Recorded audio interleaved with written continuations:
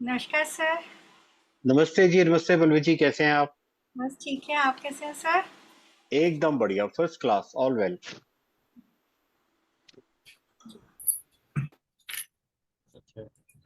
तो सर अभी 10 मिनट और वेट कर लेते हैं, हो सकता है कुछ पार्टिसिपेंट्स और आ जाए फिर स्टार्ट करते हैं। बिल्कुल ठीक बात है।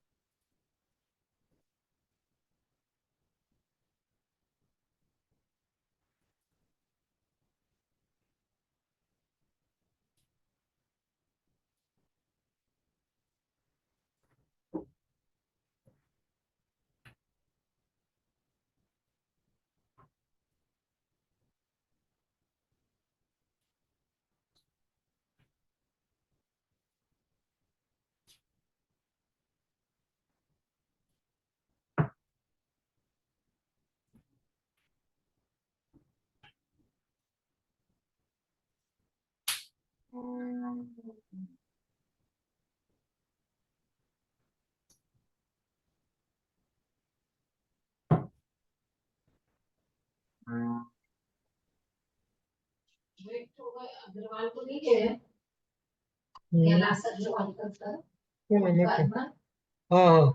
हाँ।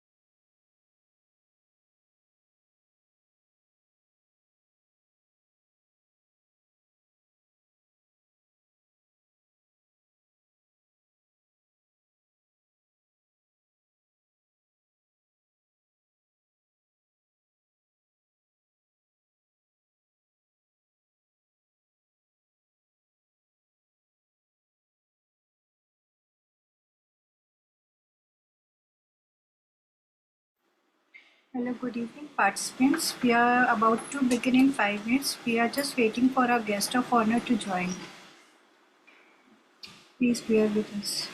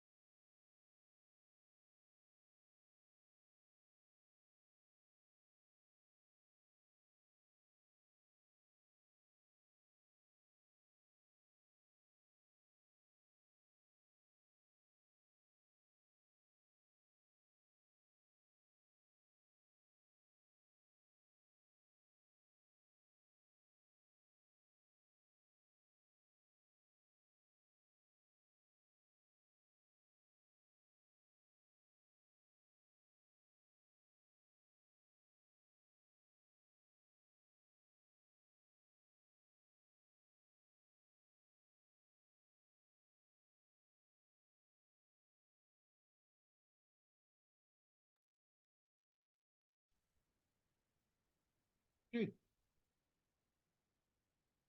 हाँ हाँ हाँ, स्टार्ट करा दीजिए। नो, वो ज्वाइन कर लेंगे, अभी स्टार्ट करा दीजिए।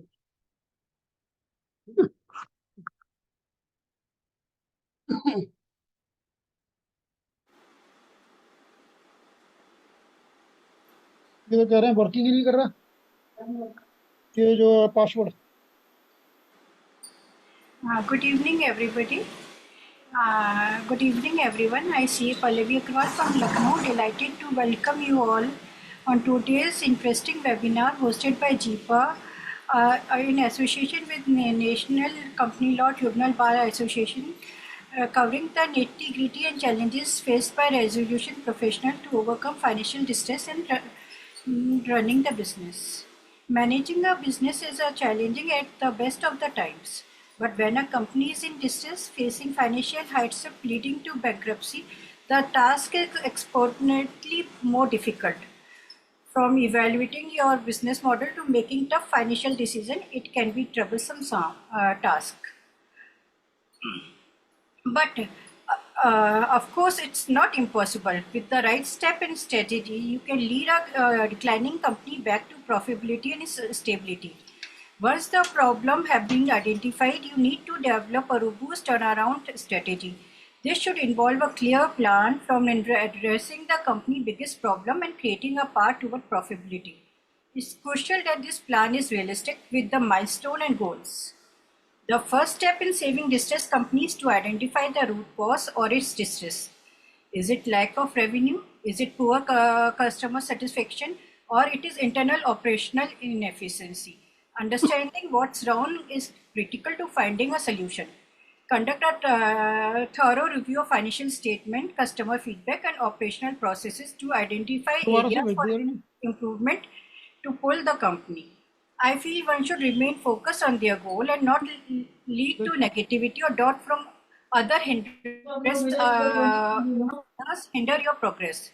Encouragement comes from within, as does motivation. So trust in your own ability and push toward accomplishing your goals, regardless of what other may say.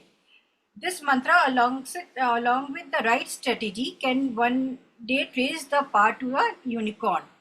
And to get this right strategy, we here at JIPA try to create a learning environment for you all, where we can learn together and reach new milestone. As a part of JIPA Professional Association, we provide you with timely topics and interesting speaker. Here today we have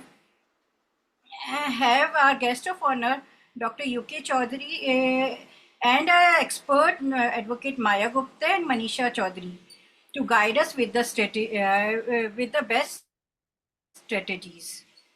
So I welcome you all, and now I will request Praveen sir. Because if you read Article 7, it also says subject to the provisions of any law for the time being in force. So in that light, the Supreme Court, I know, has written this judgment. It might be the primary. I think something was the financial implication on the of the back judgment. side, something Mr. Anupam Larry is coming out to be there. अब Okay. सबको जरा mute कर दो Pallavi ji, then Okay. Parveen ji का कुछ issue है शायद, इस करके वो लॉग इन नहीं हाँ। कर पा रहे। जब उन्होंने करा है तो वो आवाज नहीं उनकी आ पा रही। जब तक कि our guest of honor Praveen sir joins back, I would like to introduce our first speaker of the day, Advocate Maya Gupta. Advocate Maya Gupta is an insolvency professional specializing in IBC matter, corporate law, corporate laws, commercial transaction, and civil dispute with 18 years of vast experience. She has successfully resolved numerous insolvent companies and implemented solution plans. Welcome, ma'am. I'm sure the audience will greatly be benefit with your experience and insights, and your strategy will help them safeguard their business. Now, floor is all yours, ma'am. Thank you, everyone. Thank you, ma'am. Good evening, everyone. Welcome to this present session on the challenges faced by IPs for carrying the CIP process. I thank you all for joining us today. As ma'am has introduced me, and I have successfully completed CIRP case and I'm pleased to share you through my journey and share insight the practical aspects of managing insolvency and bankruptcy cases across various industries. So I request have a kind attention of all the participants.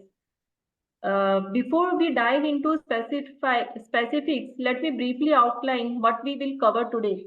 We will explore the objectives of the CIP, discuss our experience handling different types of cases, and highlight the challenges we face as insolvency professionals in roles such as interim resolution professional, and liquidator. The objective behind today's session is to have the insight about the challenges that are being faced by the IPs, because as you all aware that the corporate debtors have their unique features, and the standard procedures that has been shared is not Evening, unique ma'am. for all the companies. My ma'am, just sorry to interrupt you between. We have within us Manoj Kumar Anand, sir. Welcome, sir. हाँ जी, हाँ जी. Because of his busy schedule, he will be.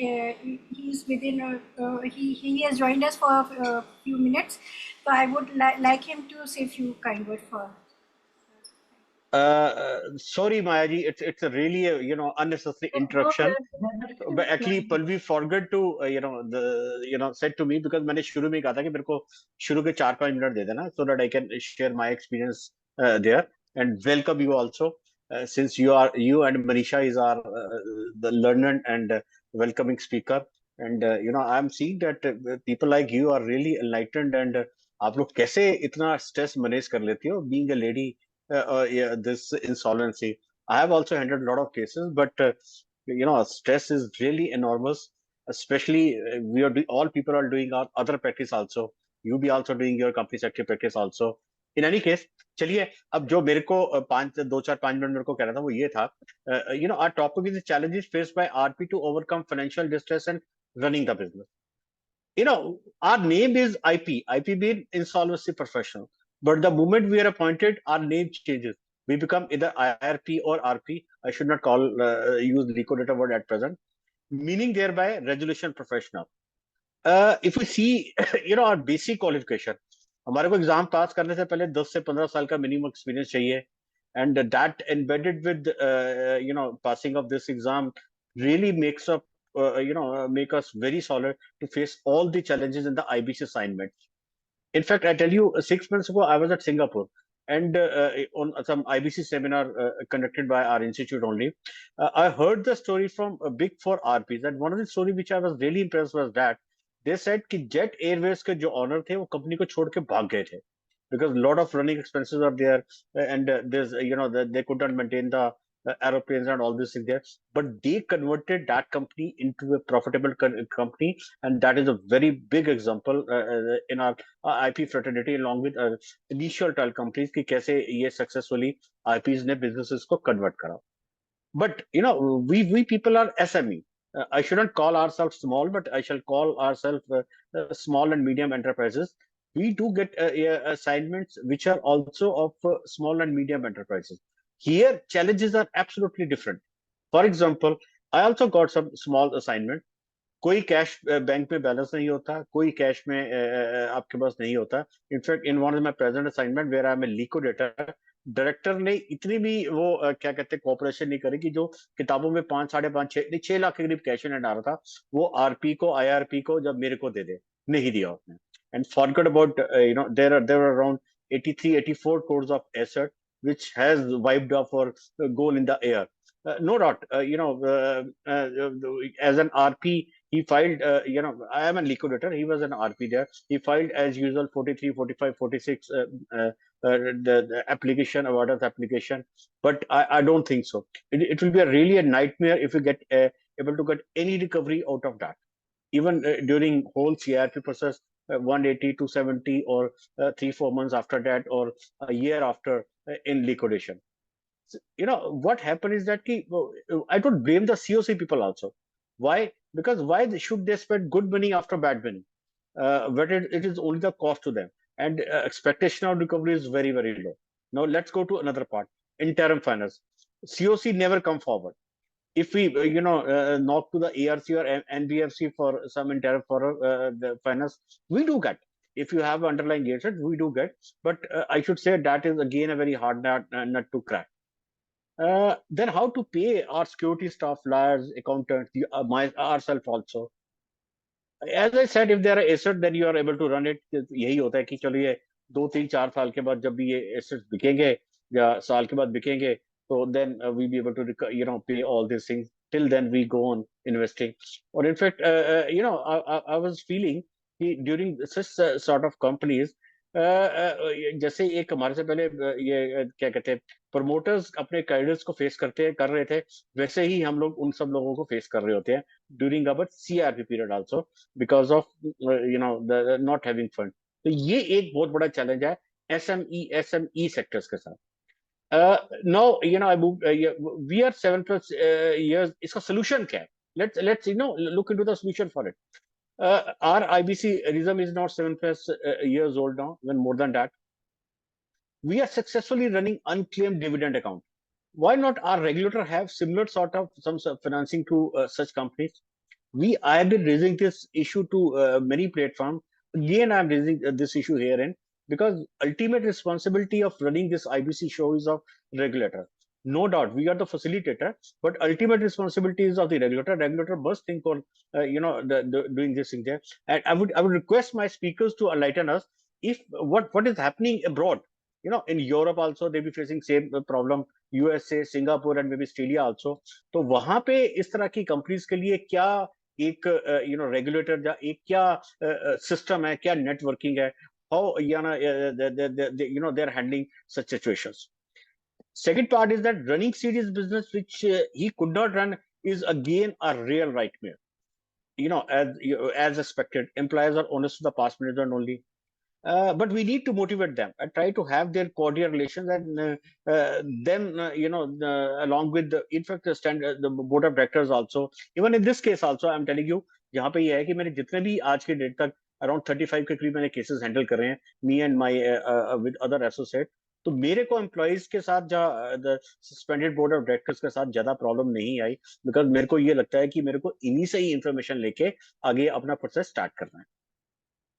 Another factor is that, as you were just telling, that we should understand the key factors of the business. लेकिन अब पता कहाँ से ले हम?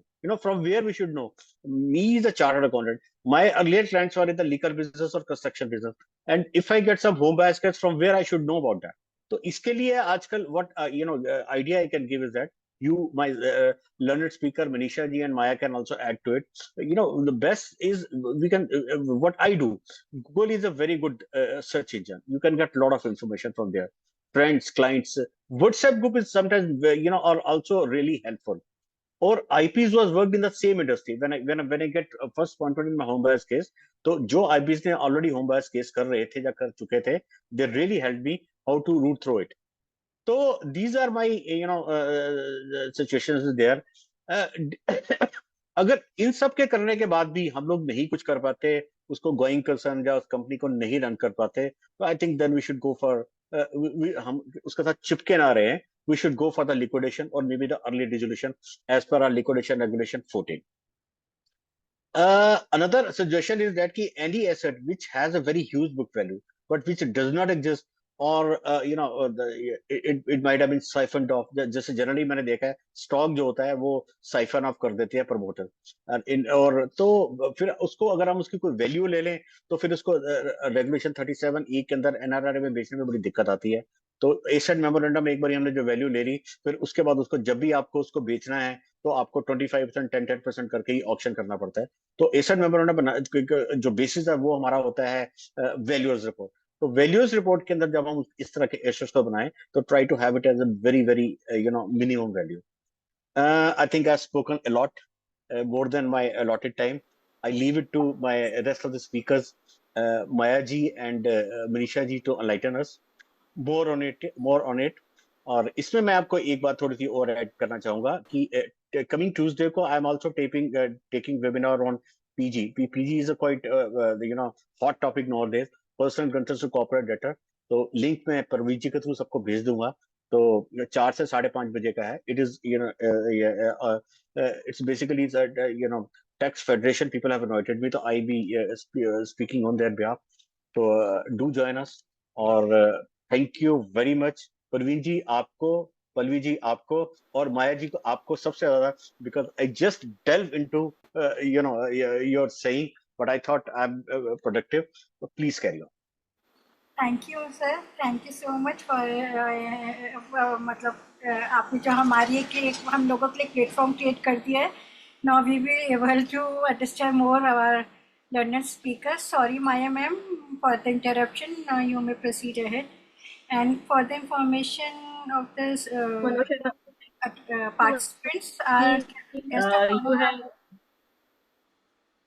जी Maya ji yes. Sir. Yes, ma'am. Thank you, Manoj. You have really enlightened the basic difficulties that the RPs are being facing. And as you have stated that you have not faced too much of difficulties with your cases with the management, that the same was with me also. In some cases, there was faced the very limited difficulties, but rest of the matter you learn. Then you when you do the work, you learn the work. So this is the basic thing that we do in our CIRP matters. Now come to the matter that for which all are waiting. So we have managed various CRP cases, including real estate, heavy industry setups, and companies in the entertainment sector as well. See, there are various industries in the India, and each sector has their unique features. As you know that the law is made as a standard, but it cannot be implemented in all the sectors. So since the law is evolving, so based on the requirement of each sector, the law is required to be changed accordingly. So now comes to the points that the challenges that being faced by the IPs in various roles, say as an interim resolution professional, as an resolution professional, or as an liquidator if the company enters into the liquidation. So basically there have been various practical aspects and challenges being faced at each and every stage. Once you appointed as an IRP, there is a timeline of 30, that the period of IRP is given as 30 days as per the provisions of the law. And in that 30 days, the work that whether the company is viable or not, whether there has been assets or not, and how many stakeholders, claimants are available in the company. So since this is a very initial and a crucial stage, so first of all, the challenges that faced by the IPs when he was appointed as an IRP. So the first challenge that is faced by the IP, that whether he received the intimation of appointment as soon as the order passed. Say if there has been delay for more than 3 days, but there has been no say under the provisions of the IBC that the 180 days need to be commenced from the date when the order is passed. But now with the practical uh, challenges, the court has also Ma'am, I guess there's some connectivity problem. consider that and understand the situation. It has allowed the assignment from the date.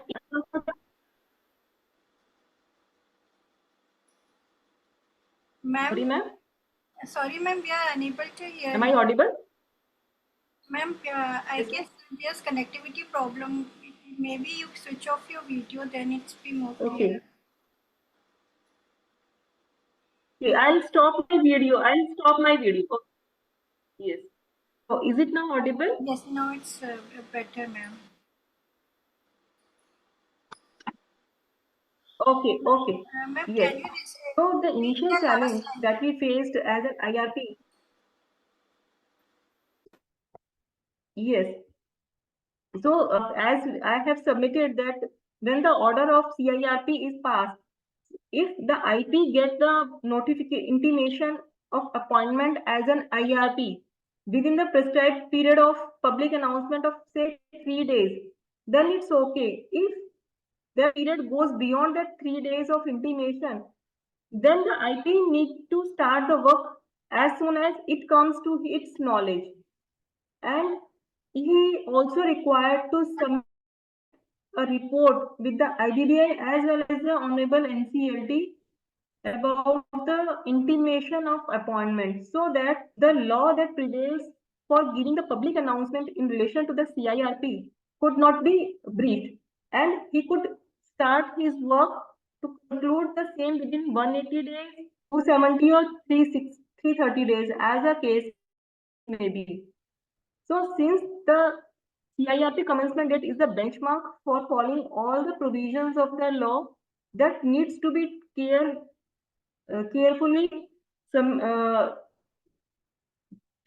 noticed by the IP, and also required to follow the procedural aspect and the timeline that is provided under the regulation. Now we come to the managing compliance, because after appointment of the IRP, that it needs to make the legal compliances, and he is to strictly follow the court orders, regulations, and the code of conduct. And if that IRP or the RP is found any breach in compliance with the same, then the IBBI, then the actions led by the IBBI against the IPs, as you have seen in many cases, that IBBI is, sending show cause notice for non-compliant line as well. So this is the biggest challenge initially need to be faced by the IP, that the compliance part need to be completed, as well as filing and reporting as prescribed under the provisions, that regular filing and reporting must be done at the IBBA website, and also before the Honorable NCLT, so that you will be saved from non-compliance issue. The next hurdle that challenges that faced by the IPs in relation to taking over the position of the assets of the corporate debtor. As you all aware that the corporate debtor, the suspended directors, the ex-management, and all the related management takes away all the assets, whatever available in the books of the company, or the value that may be fetched in the company at the time of filing of application by the claimant. So it is very difficult for the IP to get the possession of the assets of the corporate debtor, because at the end, when it comes to the IRP appointed, he came to know that there is nothing available in the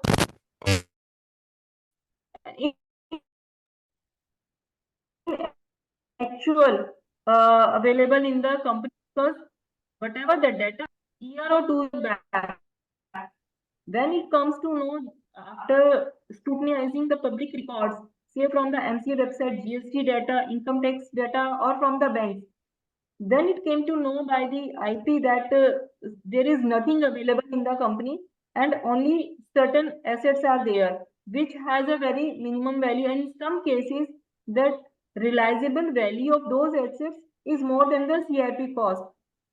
So this is, in some cases, this is a basic hurdle when there is no assets available in the company. So that the biggest, this is the challenge, and this, to overcome this challenge, the IP should, initiate the proceedings as soon as possible if it came to its knowledge, with the confidence of the committee of creditors. Look, there is a limited assets available in the company, and to get the way forward to deal with those assets.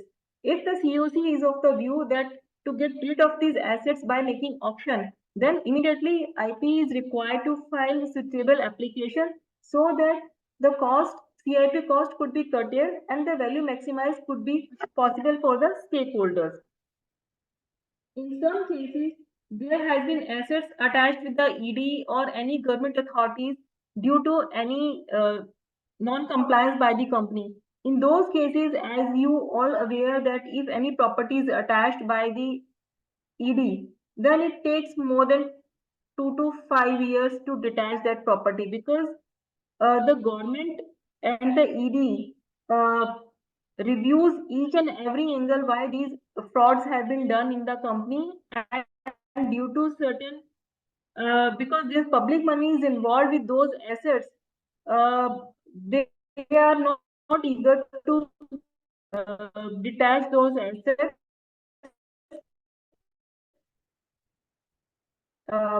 But in some cases, now another challenge apart from taking possession that faced by the IPs is the non-cooperation by the ex-management.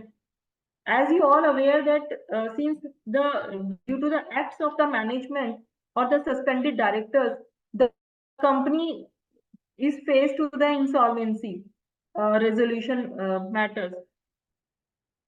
And also they have done various frauds in the company and siphoning of the funds from the company. So, so that in order to not to get the detail by the IPs, because the IP takes away all the records and all the books of accounts, so they do not cooperate to the IP and they do not provide the information which is very essential for carrying the CIP process, because only the suspended directors or the ex-management could submit the real picture of the company. And IP being a third person may not be aware of the working of management and the process that being followed inside. To overcome this challenge, the IPs are suggested to take away the available information from the public domain as well as from the professionals. Those they found that the certain professionals have signed any balance sheet, any audit report, or other document, valuation, etc., so that he could come to know about the available records, available information. Apart from those professionals, when the IP invite the claims from the stakeholders, the IPs also get the information from the claimants as well, that and they submit the real picture, and they also are in a position to provide the corresponding details with the stakeholder, with the suspended directors, because they have been in day-to-day touch with the management.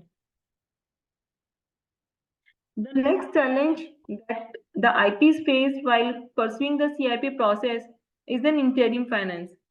The funding is a big challenge that are being faced by the IPs, our fellow friends, in carrying the CIP process.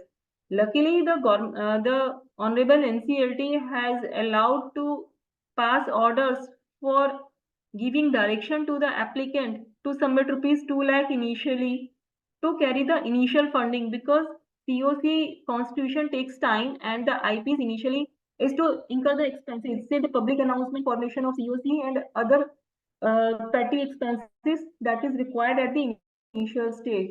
So within that period itself, IP get to know about the company and the available assets.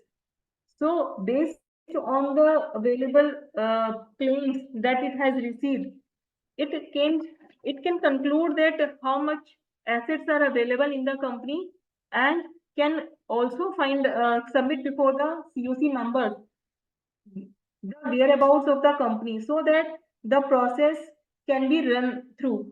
Say if there have been assets, then the suitably information memorandum is prepared for inviting the expression of interest. So if these informations are available at the initial stage, then the funding challenges could be meet out, because say in case of operational creditor is the only COC member, then this is their IPs face a big challenge, because operational creditor do not fund the CIP process cost. It on the ground that it has already suffered a lot while the company was running, and also in the litigation part as well. If nothing is available in the company, then he abscond itself for meeting the litigation cost, for meeting the CIP cost as well. So in that case, the IP is required to file necessary applications before the Honorable NCLT that these companies' assets are insufficient to meet the CIP cost and to get the directions from the Honorable NCLT accordingly. There in cases there has been assets, then the IP can make certain arrangements and take a pro bono services from various professionals like advocates, chartered accountants, valuers and others to make the payment at a later stage. So accordingly, this funding challenge that is required for running the CIRP matter could be meet out at the end.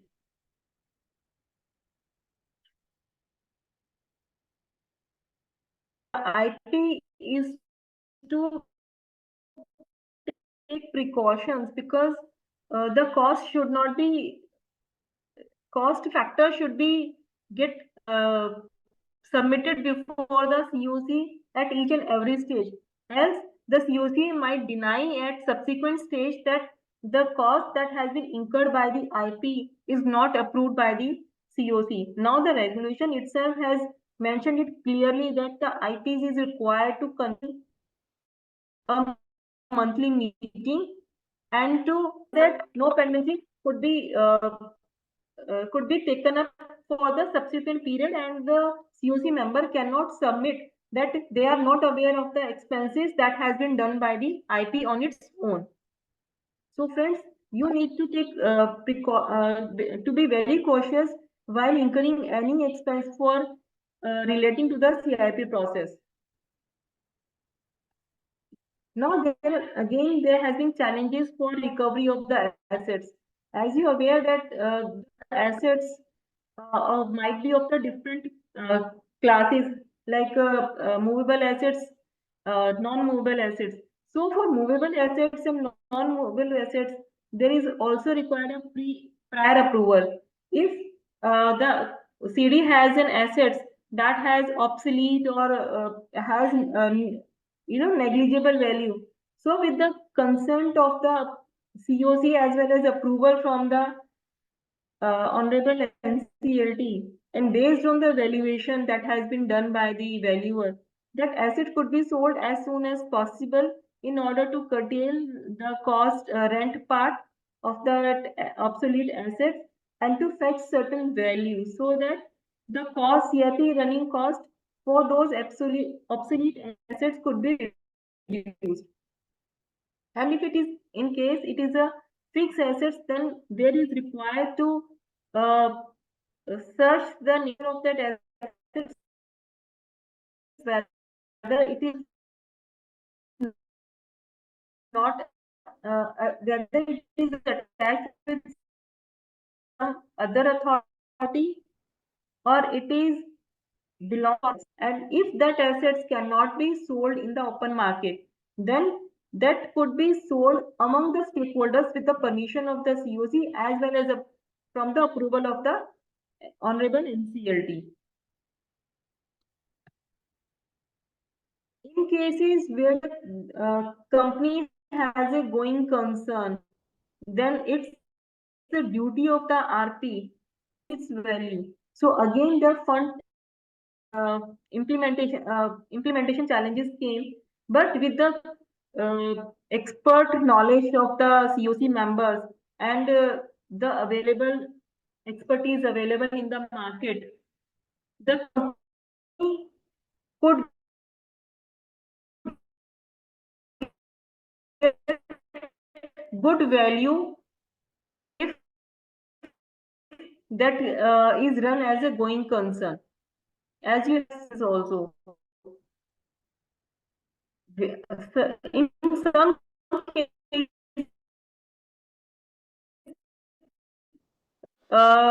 when this resolution plan is approved, then there has approved.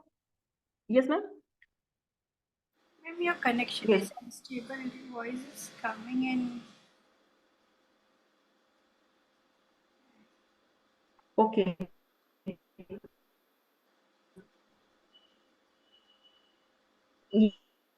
Yes. Now it's audible.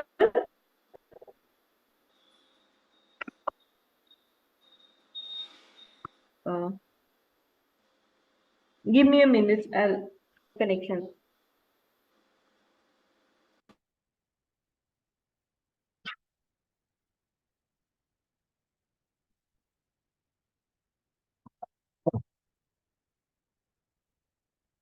I hope it is now audible.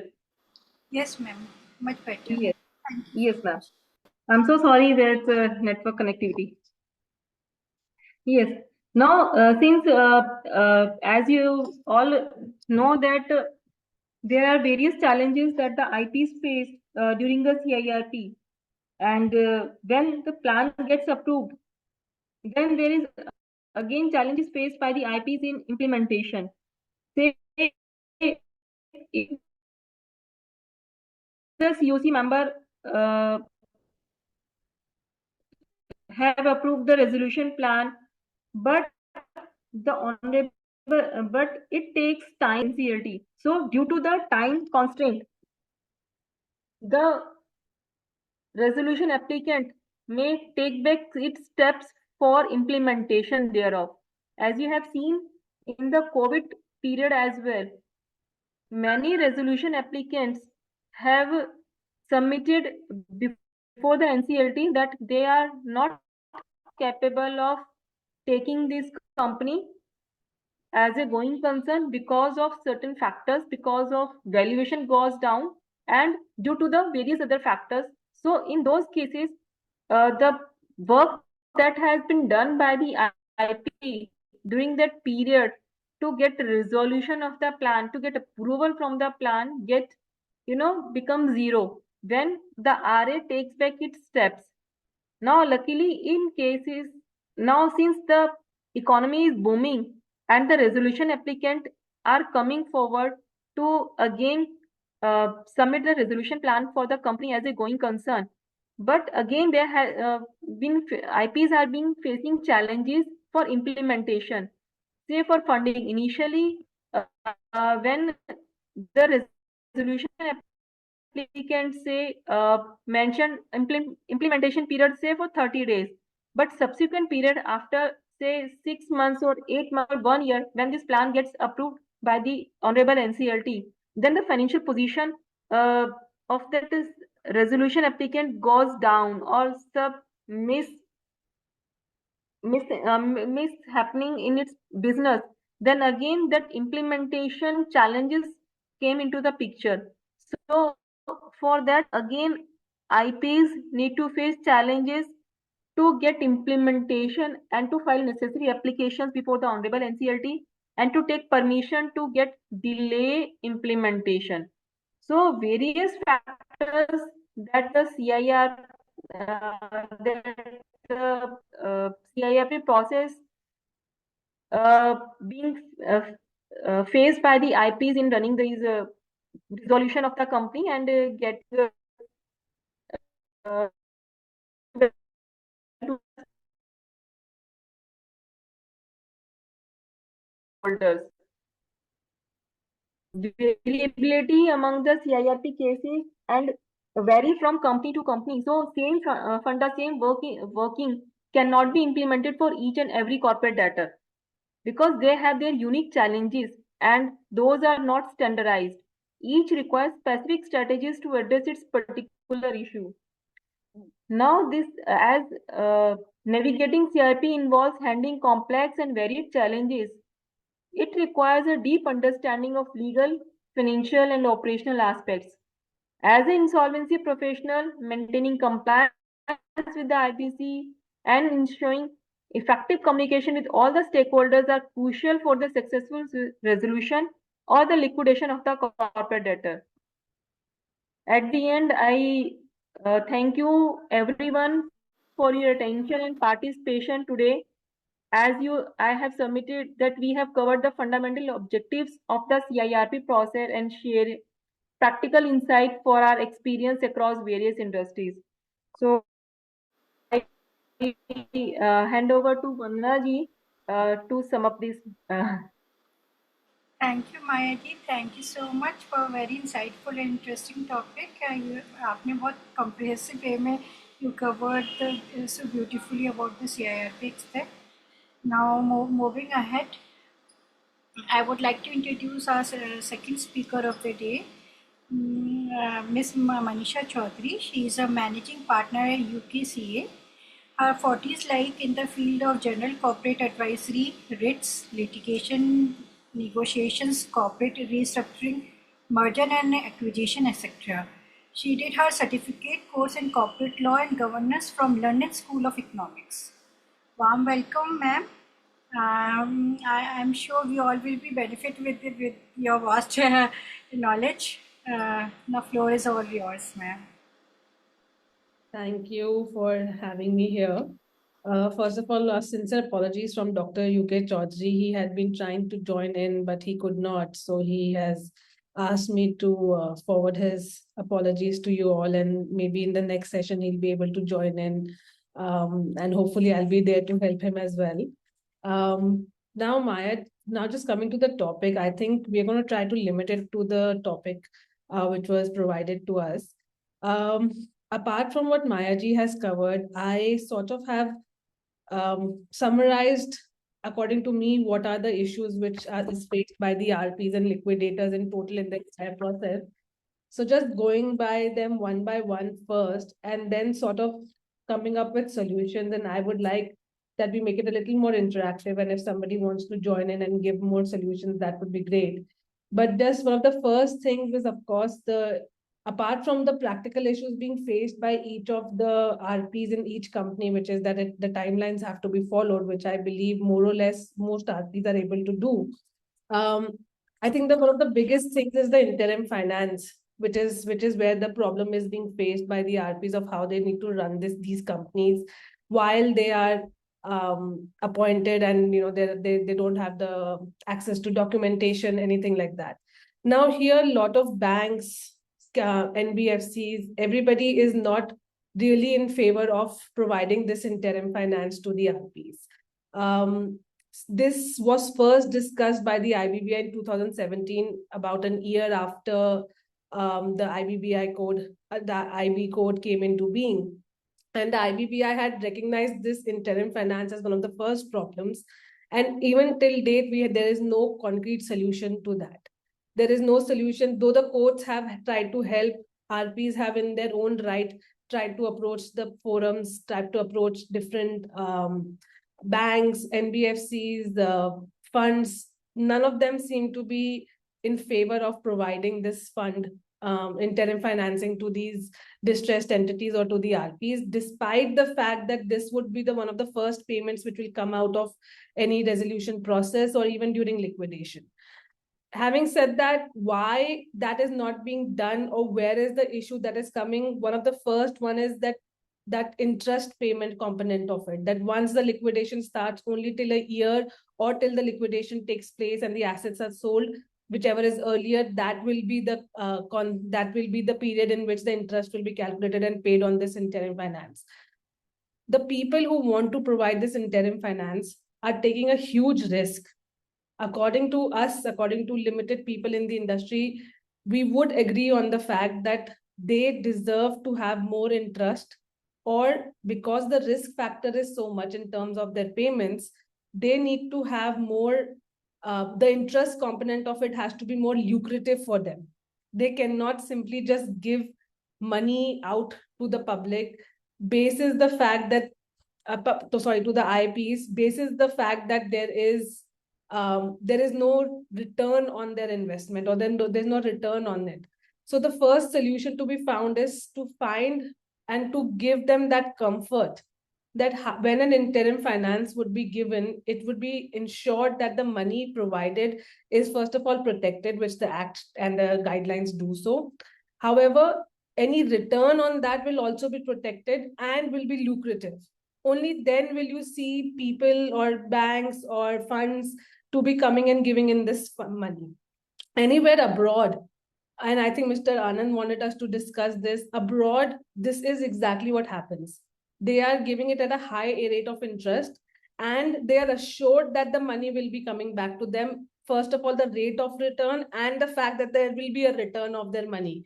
Both is ensured to them, and it's made sure that when they're financing, they will make a hefty profit, if you would like to call it, on this investment of theirs, or on these loans which are forwarded as interim finance. That is where, number one, we are missing out. And that is why our financial institutions are not being open to this fact, whereas they did make desks for this exact financing. But nobody really is being able to channel it and to access it the way it was thought it will be. Secondly, when it comes to foreign financing, there are so many lacunas in the amount of money that can be brought in. Secondly, there is problem as to what will happen to the assets if this financing is not returned. Thirdly, the lock-in periods of these financings. Now, all of these 3-4 factors need to be discussed with the stakeholders as to how to solve it, so that if a foreign entity or a foreign financial institution, bank, fund, VC fund, PE fund, funds which are specifically mentioned for interim financing, if they want to solve such a situation here into India, how can we protect them, all the while protecting our processes and the assets and the companies here? Because we also do not want assets to be held by foreign entities while they're in India. So these 2-3 things could be one of the first ways to sort of solve the interim finance issue.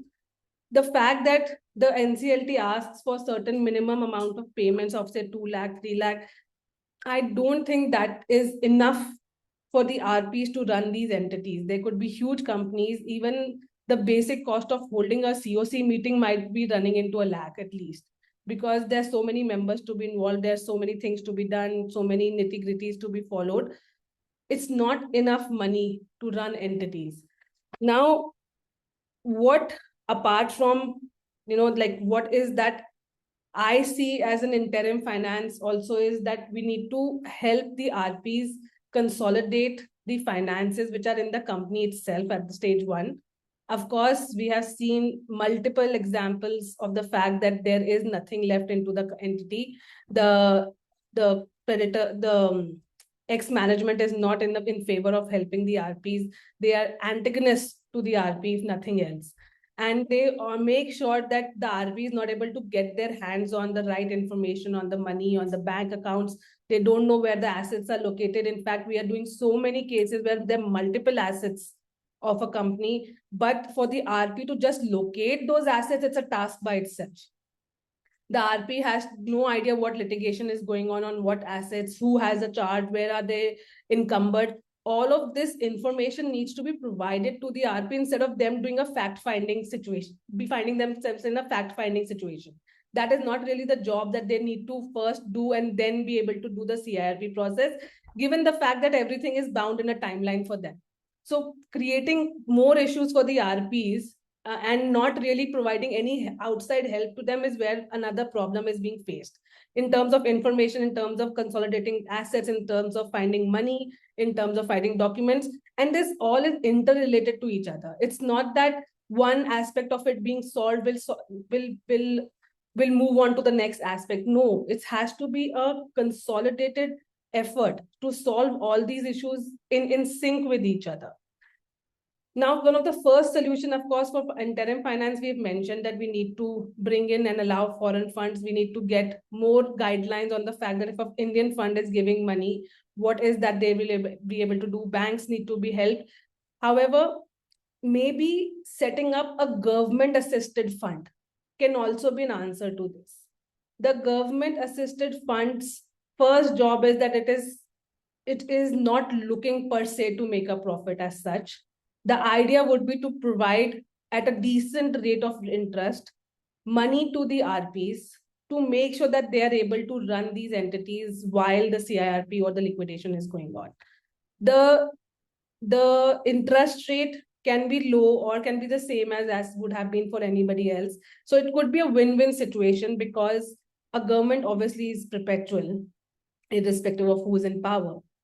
These funds can wait for the money to come back once these processes are taking place. The priority of these payments will still remain the same as they are today in the code. It's just that it will be an easily accessible fund for the RPs. And these can be monitored, can be audited, can be looked into, can be made sure that the fund and the RP both are in sync with each other while they are doing this interim financing transaction. Now, coming from that, of course, is the fact that maybe a sale of an unencumbered asset, which is a rarity in these cases, as Ms. Maya has also mentioned, there's hardly anything left sometimes to sell to recover money from. Though that could be a fix to interim financing, and the courts will allow that in certain cases, but that is a rarity, I would say, in such a situation. Also, one thing where some problems are coming is that the RPs may not know how to manage the money there. Money which is already lying in the company, or they're not able to find access to those money. So that is another issue, that by training the RPs or giving them the right access to professionals in their team is something that also needs to be looked into and sanctified into the code itself, especially employees which are already working in the company. And in rare circumstances, if the management is on board in helping to restructure. I do believe that there is no dearth of people who can run the companies with the RPs. It's just that as soon as somebody sees a sinking ship, they try to run aboard. They're like, no, we don't want to be part of this company. We don't want to be an employee anymore. So things like that kick in. So maybe some sort of a mandate, some sort of a some sort of a change in the law which requires that certain KMPs need to remain on board on the company. Again, make sure that their salaries and everything is protected, because of course you can't force somebody to have a livelihood and not pay them salaries or whatever. Things like that, at least in huge entities, can be looked into. In smaller entities, it might be a little more of a problem. But nonetheless, finding this kind of solution where the RP is assisted and not like as soon as the RP steps in, everybody just abandons ship. And not letting the RPs also feel the burden of the work by themselves. That was never the intention of this code. It's not that the RP comes on board and everybody goes like, okay, we are done. One single RP will now handle the entire company. They can't. It's impossible for them to do all the things that the code requires them to do and be able to, in the meantime, find money, get interim financing, hold meetings, take up claims, send out notices. All of this is impractical. It's not possible. So ensuring that one side financing is being secured for the company. On the second hand, ensuring that the people working in the company are also helping the RPs in some way. There have been decent enough examples where the management or the ex-management have helped, especially because they were professionals themselves. But most mom pop companies, how we refer to them, and they have gone into insolvency, or real estate entities, which have been huge debate upon. Those are the places where RPs are facing a lot of issues with regards to who is going to help them understand what the company is doing. I wouldn't want to blame any of the professionals who are RPs, but there is a slight lacuna in our understanding of what their job is, and also that they need more training. I understand most of us are company secretaries, chartered accountants, cost and work accountants, MBAs, and lawyers, of course. But none of us are businessmen per se, maybe except those who are MBAs and they know how to run businesses.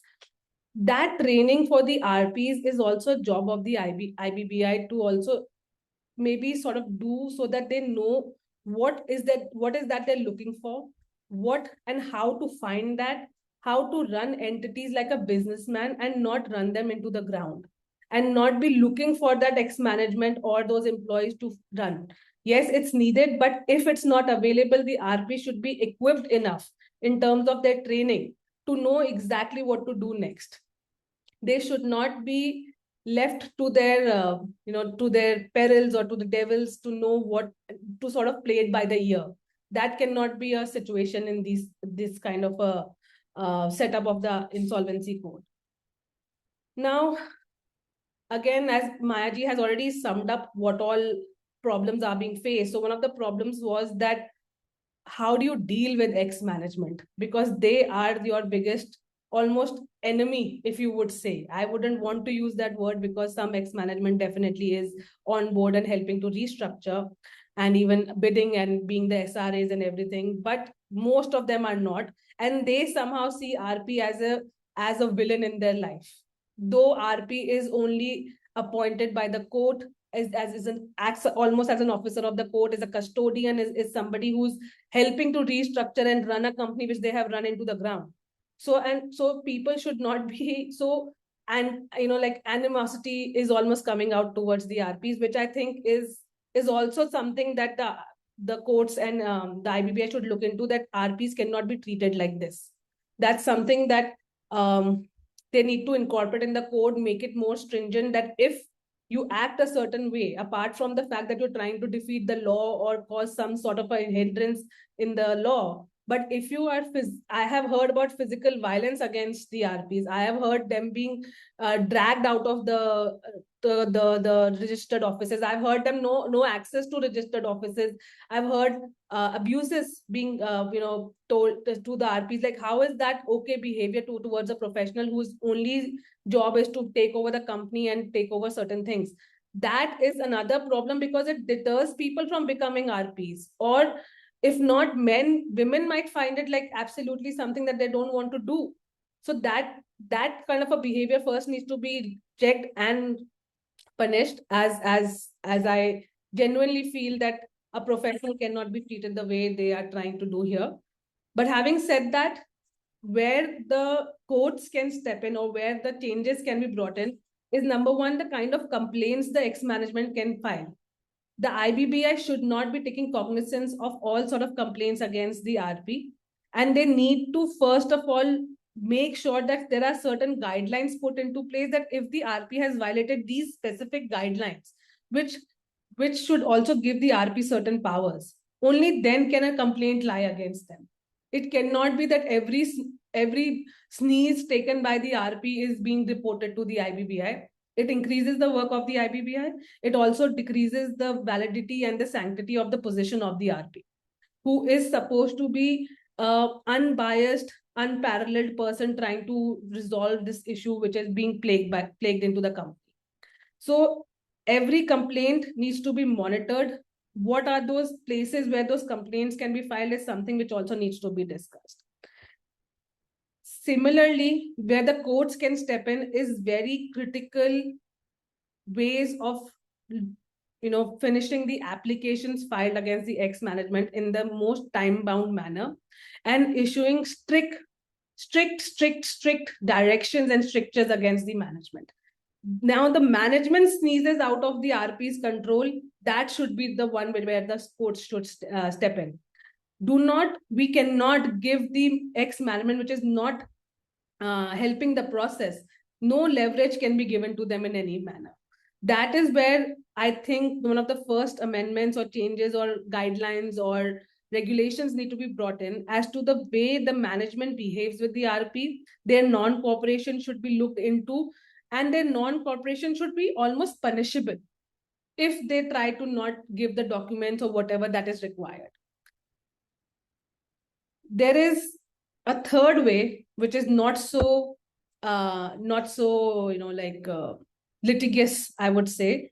The third way is to make sure that the management is involved.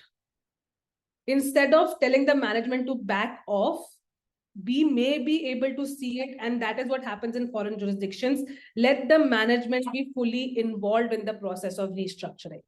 If we see that every management is a wrongdoer, we will not be able to find resolutions to our insolvency problems or liquidation. We have to give that benefit of the doubt to each management, that what they are doing or what they had done was not on purpose to cause insolvency into the company. Hence, they might still be the right people to run this company. Yes, there are many cases where the management has been fully involved and they are allowed by the NCLT or by the court to assist. But let's try to make sure that we get some sort of a guideline or rules or basis to be given to the management, that look, you do this if you want to be in the good books of the court and of the RP. apart from giving documentation, be actually involved, but under the ambit of what the RP is allowed to do and not do. Now, training of the RPs I've already discussed. I think how company secretaries or chartered accountants have continuing education. Every few months you need certain CR, your certain credits are needed. I think something like that can be done for the RPs as well. Something like what we are hosting today, I think that could also be helpful. Just discussing problems comes up with solutions. And those solutions are how each professional can teach each other, like CSS can teach lawyers, lawyers can teach chartered accountants can teach lawyers. However, we can, as professionals, we can sit and see what are the issues being faced and how to move forward. So that continuing education for the RPs is also very important to make sure that they know industry specific issues can also be sorted here. We can have industry experts. And having said that, one of the suggestions that I would like to make to the IBBI, and maybe we can suggest to them, is empaneling professionals with the IBBI who the RPs have access to at reasonable cost and accessible, which is quick and justified. So for example, if there is aeronautics, or like for Jet Airways was one of the cases, or if Go or Vista, any company which can come in. Now, every RP cannot know how to run an airline business, and it's not an easy business. It involves engineers, and it involves aeronautical engineers. It involves so many specialized fields. In such a situation, it's not the RP's fault. He's a company secretary, or he or she is a company secretary, a lawyer, a chartered accountant, limited access to what they know. They cannot know the in and out of what a good engine is, or what engine should be procured, and whether Boeing should be the one, or whether Airbus should be the one, whether it be Bosch and Lomb, whatever, whoever, or GE, whoever supplies these engines. In such a situation, if there is an empanelment with the IBBI of aeronautical engineers, or engineers, if nothing else, who can assist at a decent price to tell the RP, look, as professionals, we believe you should do these XYZ things. That should solve half the problem of the RPs right there. We have independent valuers which are impaneled. We know who to go to. Similarly, we should have even lawyers. We can have engineers. We can have any sort of architects. I mean, depends if these are real estate entities. We can have contractors. We can have any companies, any sort of professionals, any big fours, consultants, MBAs, marketing, advertising, anything. All of these should be impaneled so that easy access, reasonable cost access to the RP, to known people who are experts in their field, and that once achieved by them will help them run the companies in a much sophisticated, in a much clearer manner. And I think that should be one of the suggestions which should also go from us as professionals, that look, give us access to the right people so that we are able to do what we need to do. Now, I had a whole bunch of things what I feel are the issues we face. So, and I think Maya ji covered most of them. So I see where the issue still comes is legal issues, that the RP has to go to court more often than he is supposed to go to the company. They are involved in so many applications that RP does not know that when to run the company or when to go for cases to the NCLT. And despite the fact that they're represented by the lawyers, they still are supposed to be present most of the time because the court might ask them certain things. So the multifarious things of how much litigation we want in these matters is also something to be looked into. So obviously it will come from the industry itself and from professional itself, that not everything should be going on. Not everything deserves a day in court anyways. So the RPs have to consolidate their litigations, consolidate their applications. Some more independence to the RPs under the code is to be provided, so that not everything requires the adjudicating authorities' stamp on it. Certain things should be automatic. Like I said, if there's an empanelment, they might just be able to do certain things on their own. Similarly, like if there's a sale of asset and that asset is unencumbered and is twice the price, all of that is also automatic for them to sell. Similarly, more automatic mechanisms, of course, checked. They have to be checked. They have to be subject to final approvals. But if they can be given more freedom, then and not be allowed to go to court or not be asked to go to court for every approval. That is also something that the RPs should look into. Now, one big issue which is also faced, and this is going back to the problem with the management, is the records. Sometimes we are not able to find any records. The management has not filed any records. They have not maintained any records. One of the biggest reasons for them to go into insolvency is because they don't know what they're doing. They're just taken a loan and just running the company as their own fiefdom. How is that problem to be solved? And that is something I think we had previously also discussed in one of these seminars, webinars.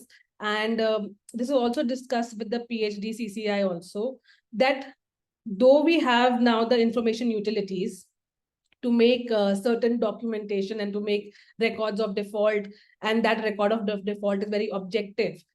Similarly, prior to the CIRP even starting, can we have some sort of a custodian of records, or the ROC is given that task, that the information is to be fed into it by hook or by crook by the management?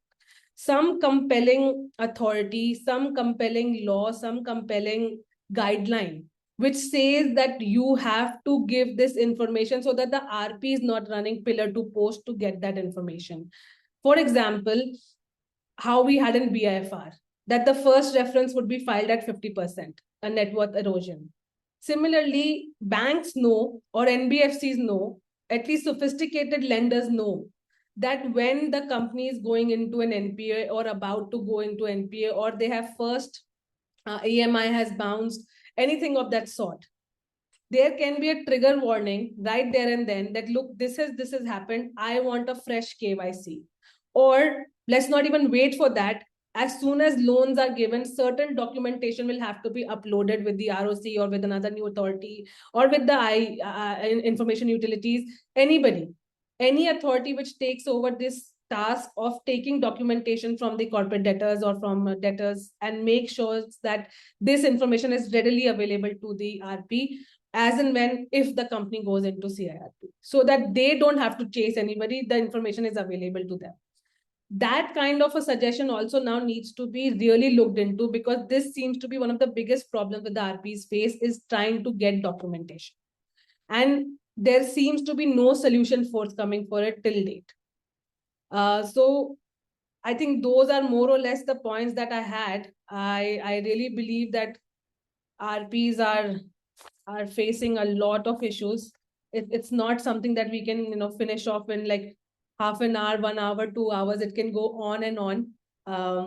But as professionals, I feel that we all need to sit together and break our heads and maybe provide suggestions to the authorities and regulators as to how this insolvency process can be amenable to everybody. In our country, unfortunately, when the law is made, we look how to defeat it. Let's try to find reasons of how to make sure that the law is a success. It is, but how can it be eased into being a success? So just those my few cents on that. Thank you, ma'am. Your deliberation was really very exciting and engageful. I guess all our questions are almost answer. आपने बहुत comprehensive way में, बहुत detail में, बहुत अच्छे से सब बताया. आपने प्रॉब्लम्स भी बताई, सॉल्यूशंस भी बताए, सजेशंस भी दिए. मैं प्रवीण जी से कहूँगी कि we have noted your suggestion and maybe हम लोग कभी उससे आगे फॉरवर्ड करेंगे. एंड हमारा हमको बहुत खुशी होगी क्योंकि चौधरी सर अगर नेक्स्ट सेमिनार में आए, we organise this weekly seminars. अब की बार वो नहीं आ पाई, this was our bad luck. And next time definitely I'll make sure I am with him to make sure. Yeah, sure, ma'am. आपका टॉपिक इतना अच्छा था कि I am sure कि all our audience are would be willing you to hear you again in our next upcoming webinar. Praveen जी की हमेशा कोशिश रहती है कि हम लोग वीकली वेबिनार करें. यूजली हर सैटरडे को 4 to 6 हमारी वेबिनार होती है. कोई टॉपिक आप लोग भी सजेस्ट कर सकते हैं. Any of the audience can suggest the topic. And Praveen sir will be most delighted to have them on board. Now the floor is open for the audience. They can raise their hand and unmute themselves and ask the question. Sir, Harsh sir, Harsh Adya sir, आपका question. Madam, I am Rajesh Kuru from Cochin. I have a problem with my video, so kindly excuse me. May I ask a question to Maya Madam? This is a unique issue which I am confronting as an IRP. So I was appointed under Section 9 petition, and the COC constitutes the procedural requirements were met. Report was filed with the NCLT. The COC comprise of only one FC, that is a banker, a scheduled bank. And the first meeting was conducted. It was a physical meeting at the instance of the COC member. And the minutes were circulated as stipulated within 48 hours. But there started the problem. There is absolute, silence on the part of the COC member. They do not respond at all. They do not. I have sent the reminders to my mail sending the minutes. Actually, what transpired at the meeting also was that, the COC member was not responding at all. Whatever items for which a decision was required, that is confirmation of IRP or replacing the IRP, and again, ratification of the CRP cost, nothing was, the absolute silence on the part of the COC member. They said that they require time, they need, confirmation from their higher-ups. So fine enough, I send the minutes and advise them to vote as per Regulation 25. But again, as I told you, absolute silence. They don't respond to my mail. They do not pick up my phone. So there is a stalemate, so to say, because as much as I understand, the requirement of Section 22(2) has not been met. Because the first meeting, either confirmation of IRP to RP has to take place, or replacement has to take place. And despite the same, see, how am I to proceed with? Because even the duty of RP, what it says regarding that, regulation Section 25(2)(f), that is the criteria for inviting EOA, there has to be confirmation from COC. So in all those respects, unless and otherwise I hear from COC, how am I to proceed further? So this is an issue which I face. What am I to do, madam? So these issues are similar to as I have faced in my previous assignments as well. So you can't do anything. You need to report completely as well as to the IBBI, and you can submit your status report with the AA also. And as per the amended regulations, you need to continuously send notice for the subsequent meetings. You mean to say subsequent Only meetings the have compliance to part, take? yes. Yes, Yeah, yes. You that is need to every time place those agenda matter before the COC. You convene the COC meeting and place those agenda matter unless they are approved. Because in the banker side, they always have these problems that they do not have the authority to approve the IRP as a RP. They always find a person from their panel at a least cost. So that's fine enough. Actually, madam, you said that. I had actually aired that also at the meeting. You are free to appoint an RP of your choice. I expressly told them. You don't actually, I don't, I am not at all. That's true, but they do not have the power to take decisions. So I have also faced these challenges, and the best way to you must comply with the provisions of the code.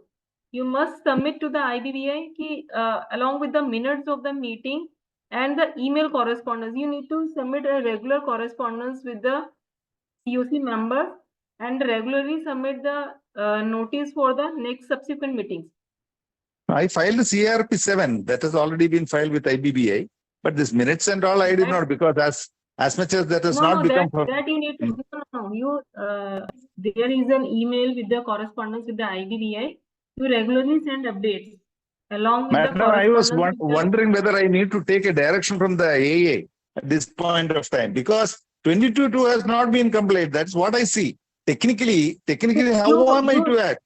Right, exactly. If there is something in the company's assets, then you pursue this. If the company has no assets, then you file with the AA for early dissolution.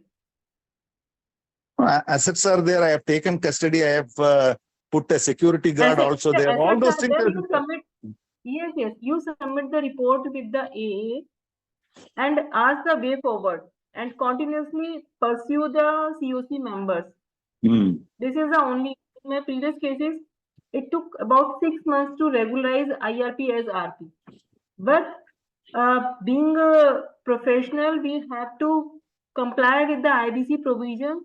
So take your 40 days as your deemed RP that required with the IBBA regulations to upload at the IBBA website and continue your COC meetings regularly.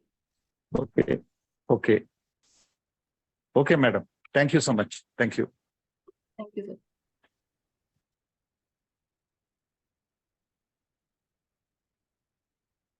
Hello. Hi, sir. You can go ahead, sir. Sure, ma'am. Ma'am, my concern is with Manisha ma'am's one thing that the law should basically restrict the KMP to be in the company.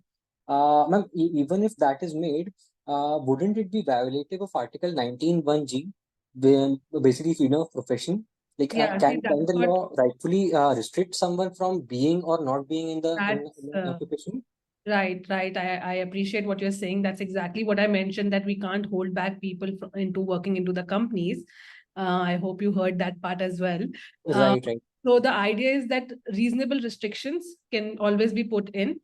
So it's not like as soon as the RP comes in, they jump ship. If we say that there will be a proper notice period to be served, there has to be documentation to be handed over. Their KMPs will have to take care of take care of a company going into insolvency for 3 months. I don't think that is violative of the Article 19 at all. I think in fact, ma'am, I had a follow-up to this because IBC, the code nowhere gives it the freedom to an RP to basically resign. Right. So isn't it that itself a violation? Because there should be even in companies that there's a freedom to resign for directors, every other professional has a freedom to resign. But if it's not given to RP, aren't we taking away some of his rights as a professional and as a person? I think RPs have by their own volition chose to be part of these companies. But Right. I agree with you. I hear you on the fact that if the RPs feel that they have to resign and they cannot take care of this company, that assignment itself should be, that is the resignation from that assignment should be allowed to them. Right. Following the process of them asking the COC, this whole thing as well can very well go. So they can always. Has there been any clarifications or judgments on this part where the court have said that yes, they can resign with all the consent, all of them being consented? I have not come across in my clients and my clients for RPs, but maybe Maya ma'am knows. I'm not sure. Sir, since in the CIRP, yes, in the CIRP, COC is supreme to take decision of all these issues. If you go these issues with the place before the COC and by the resolution, if you take any decision and that report, if you submit with the NCLT, that would suffice your purpose. Okay. Yeah, because you need to frame certain grounds why you want to, give a notice period to a specific KMP. No, not just that. I think we can withdraw your consent as an RP as well. So if your terms and conditions as an RP are not being met, withdrawing consent should actually do the job, and then the court will be left at its own peril to appoint another RP. Right. Yeah, so that could be your answer as to what is to be done, and withdrawal of consents are absolutely allowed. But then, ma'am, like of course it would take its own due time. The court might decide like month, 2 months. It would take time, and within that period, if the RP is not performing his duty, it would then again fire back to him कि hey, you were still there but you didn't perform. Like just a discussion. I absolutely Yes, yes. understand your judgment, your concern, but that's 1-2 months is nothing when it comes to a professional leaving a profession which is of fiduciary duty to themselves as well. They IPs have much higher duty to the company that they have taken, and hence that consent concept is there. And if they've taken that, then their resignation or their withdrawal of consent will also require a little more patience on their part. That's what I feel. And like I said, they're too burdened in this whole process. Right. Let's hope it evolves for the better. Right. Thank you. Any other questions? Shall we have thoughts? Shailesh Ahoja sir, would you like to share your thoughts? Kindly introduce yourself and share your thoughts. Very informative webinar, and the detailed information and based on the best practices. This is very informative, and for those IP who are new, like Mr. Yuraj Tiwari, he's here. He's just joined and passed the exam in the last week.